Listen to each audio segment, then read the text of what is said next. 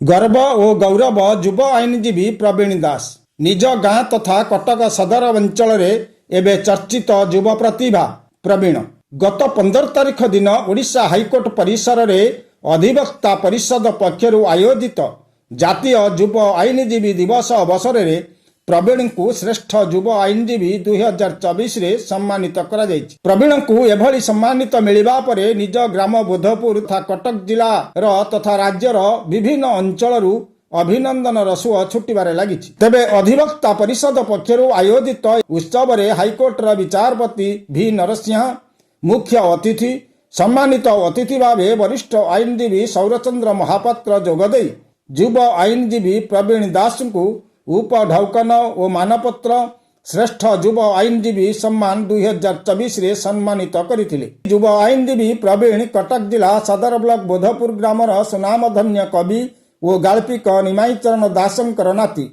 जीवन निगम अधिकारी प्रभंजन दास और पूर्वतन जिला परिषद सदस्य संध्यारानी दासंक पुत्र प्रवीण को एभली सम्मान मिलिबा परे विभिन्न महल रे खुशीर लहरी खेली जाइछि। सुरेंद्रनाथ पंडा बोधपुर युव आईनजीवी हिसाब रे हाईकोर्ट तब परिषद पक्षर बेस्ट अवार्ड मिलला। किभली भाबे रहितिला पाठ पढ़ा उपरे एवं सामाजिक घटना उपरे तुलसी दुई पत्र रु बासिला भलिया से मु तांकर घर शिक्षक थिली। तापरे से आमर सरस्वती शिशु विद्या मंदिर बतिमीरा जगतसिंहपुर ठारे अध्ययनरत थिला। प्रवीण से पिलादिन तार एभली स्टेज रे पोजिशन ने पहुंचियो बोली मु मध्य अनुभव करूथली। जने ग्रामवासी हिसाब रे एवं तार जने शिक्षक हिसाब रे मु बहुत खुशी एवं निश्चित भाव रे जने गर्वित। तापरे से जने तांकर जो परिवार से जने संस्कारित परिवार रु आसीची। तांकर जेजे तांकर बापा तांकर दादा निश्चित भाव में समाजसेवी हिसाब से ना अच्छी एवं से समाज सेवार परिवार सब आज पर्यंत निजक नियोजित करिसेंती। तेणु से क्षेत्र से आसिक आज जो ओडिशा जो हाईकोर्ट अच्छी तार जो बार एसोसिएशन अच्छी तार से जो युव आईनजीवी होती निश्चित भाव में यहाँ समाज बेस्ट अवार्ड जो पाई तार समाज एवं आम ग्राम एवं जिला कटक जिला एवं सारा ओडिशा पई निश्चित भाव में यह गर्वित करिवो। से तो निश्चित भाव में एते धीर स्थिर भाव में कथबार्ता करे। तेणु से से जना पड़ुला निश्चित भाव में से आगु किसी कार्य करिवो।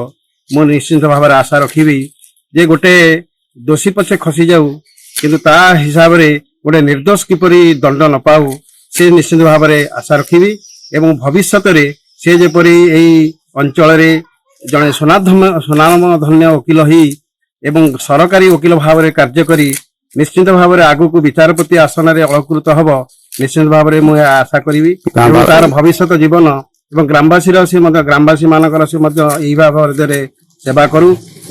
तार रास्ता तार आगामी भविष्य पुष्पित हो कुसुमित हो तार भविष्य दीर्घायु हो से निश्चित भाव में जड़े विचारपति आसन में अलंकृत हेले ओडिशा एवं देशर निश्चित आम ग्राम बोधपुर ग्रामवासी एवं निश्चित भाव में से निजर पोजिशन रखिबो एवं गौरवान्वित आमको करिवो एवं तार परिवार गौरवान्वित करबा पई निश्चित भाव में आशा रखी। कम बयस प्रवीण को एभली सम्मान मिलिथिबारु वरिष्ठ सांबादिक बसंत रथ अभिनंदन जणाइबा सह उत्तरोत्तर कामना करिसेंती। बसंत रथक रिपोर्ट NTV।